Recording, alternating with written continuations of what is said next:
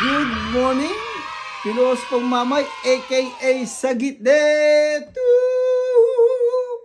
Nagbabalik. Okay, pasensya na kayo. Twice a month lang tayo mag-vlog kasi dumaan ng holiday. And then, itong week na to ay talagang nakaka-stress dahil nagkakasunugan dito sa amin sa Los Angeles. Actually, pagkatapos nitong video, ay papakita ko itong may mga clips ako. Nilagyan ko kasi ng sprinkler yung bubong namin. Kasi na-across ko sa YouTube na pwede mo mailigtas ngayon ng bahay mo kung maglalagay ka ng sprinkler. Yung sprinkler na nilalagay lang sa hose at nag-i-spin na siya at para yung matubigan yung bahay mo. So instead na doon sa lawn mo ilagay yung sprinkler mo, doon mo na sa bubong ilalagay. So anyway, that sucks pero wala tayong magagawa. Ang tawag na call of nature, di ba? So anyway, dasal-dasal lang. So okay, balik tayo kay Isko Moreno at kasi we have common denominator about Isko Moreno regarding talagang sumusuporta tayo kay Isko Moreno. Okay? So, actually meron tayong good news about Isko Moreno. 74% na sa survey na mananalo si Isko Moreno. 74%. So, having saying that, parang nakakatamad ng pakinggan yung mga drama, yung mga paliwanag ng mga kalaban ni Isko Moreno. Parang wala nang, parang meron ng conclusion 74% is 74%. Parang wala nang no contest at all.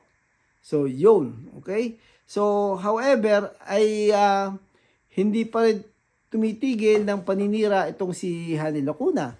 Okay? So, actually, ang ating subject ngayon ay kung kailan na-expose ang Hani Lacuna sa pagiging incompetent ay saka pa nagdadatingan ng kanyang mga award. Only the Philippines. So,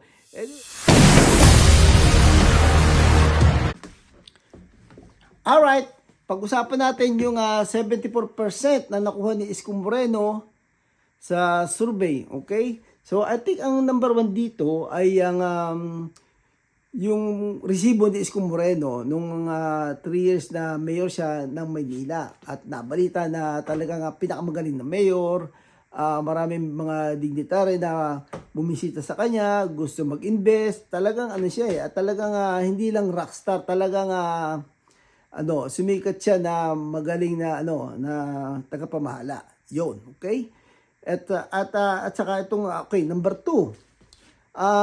Na-expose si Hani Lacuna dahil sa narrative niya na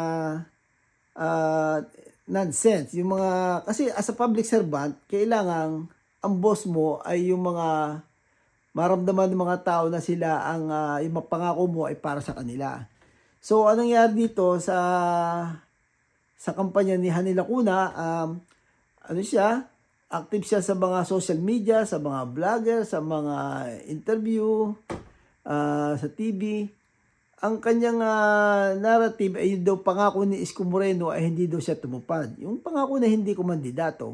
So, ang response naman ni Isko Moreno ay yung pangako niya sa tao ang mas importante. So, doon talaga na-damage si Hani Lacuna. So, paulit-ulit lang na yun ang kampanya niya. Okay? So, okay, number 3. Itong pagiging incompetent ni Hani Lacuna ay talaga na-expose. Recently na lang itong basura, yun. Okay? 3 years na solo niya ang pamahalaan. Pero ibine-blame pa rin kay Isko Moreno pagka may mga shortcoming siya. So, is that gonna make sense? So, mga tao naman hindi tanga. Alam naman ng mga tao yan na lalo lang naiinis sa mga tao kay Hani Lacuna. Okay?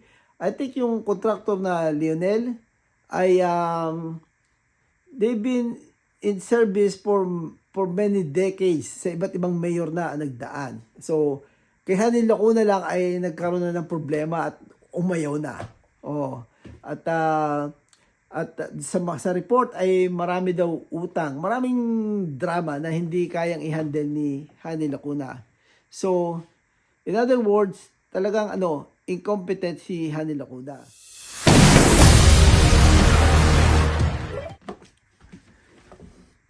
Anyway, ito na lang, I promise to myself, kung magbablog ako, it's all about Isko Moreno lang. Kasi nakaka-burnout na rin yung politika sa Pilipinas at napakaraming issue.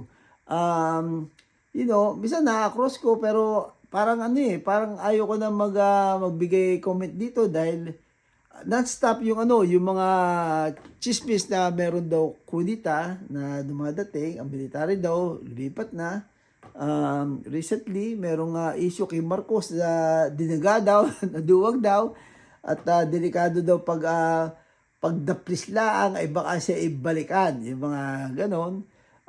Itong mga Marcos, dating associate ni Marcos na pinatalsik ni Marcos, ay sila mga nagwawala ngayon, yan sila Vic Rodriguez, si Maharlika, sila Enchong, sila Harry Roque, ay silang sinisiraan ng gobyerno.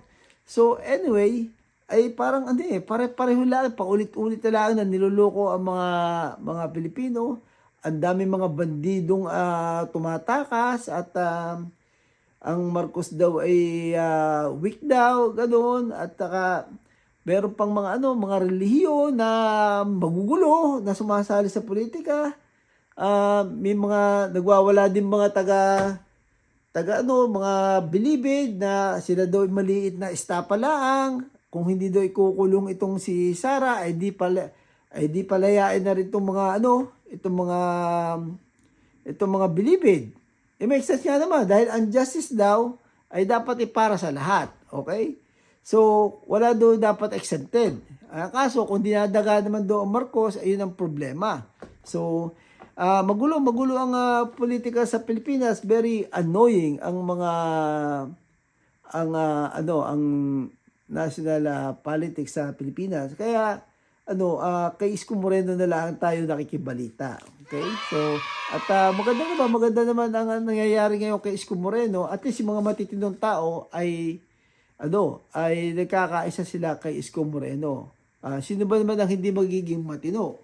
Kung ang gusto mo yung ginagawa ni Isko Moreno na linisan ng Maynila at yung mga corruption ay matutukan. So, yun.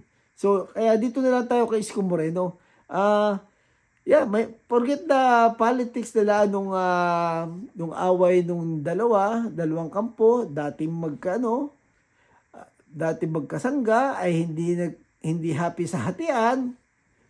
Yun, nag-aaway na. Alam niyo na ibig ko sabihin, di ba? Hindi maganda daw yung hatian eh. Yun ang kapalaran ng mga Pilipino. Yung kanilang tax ay talagang kasalanan din naman ng mga kababayan natin eh. Oo, dahil matigas ang ulo. Madaling makalimot. Yun ang mga anyway, so at na hindi nga pag-usapan niya. Ba't ba tayo napunta na naman doon? Dito na lang tayo kay Isko Moreno. Anyway, si Hani Lacuna, balikan natin. Okay? So, I was wondering, itong si Hani Lacuna, siyempre, lahat naman ng tao ay humaharap sa salamin yan, di ba? So, pagising niya sa umaga, pagtingin niya sa salamin, totoo ba nakamukha ko si Bella Flores?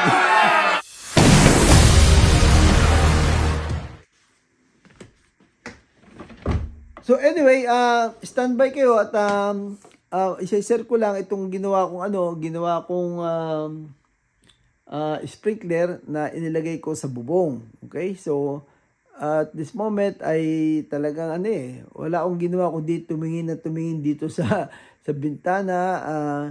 Hinihintay ko kung sa magsisimula ang sunog. Napakahirap pala ng ganun. So at siyempre, buong buhay mo, pinaghirapan mo yung bahay mo, hindi mo alam kung there's no guarantee in this world.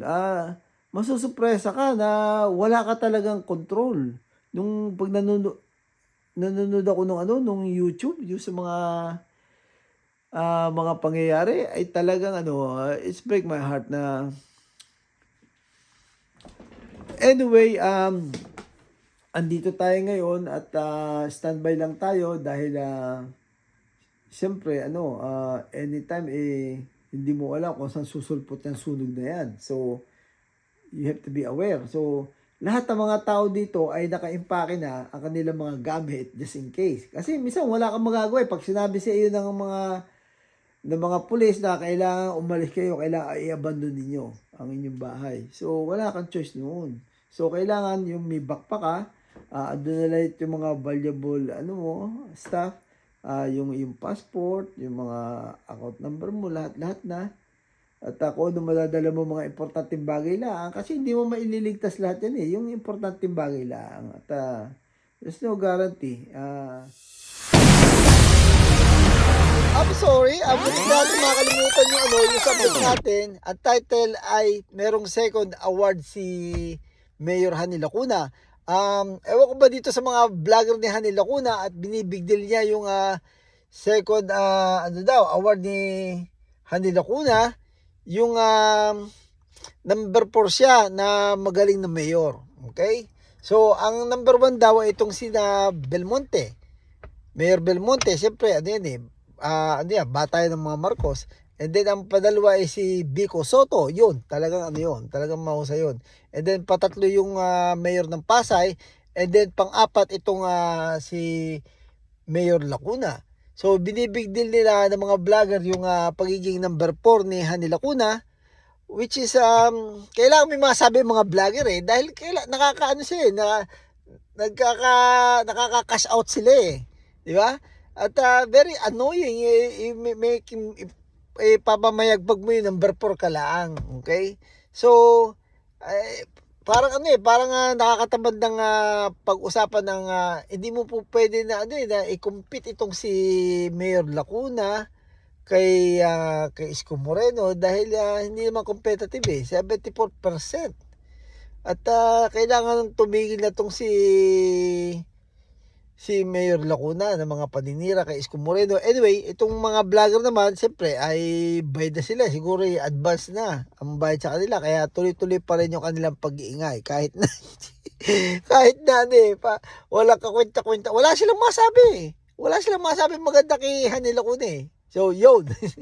Anyway, inihabol ko lamang at medyo stress tayo dahil dito sa nagkakasunugan dito sa LA, okay? All right. So, I'll see you in my next vlog. All right. God first. Peace out.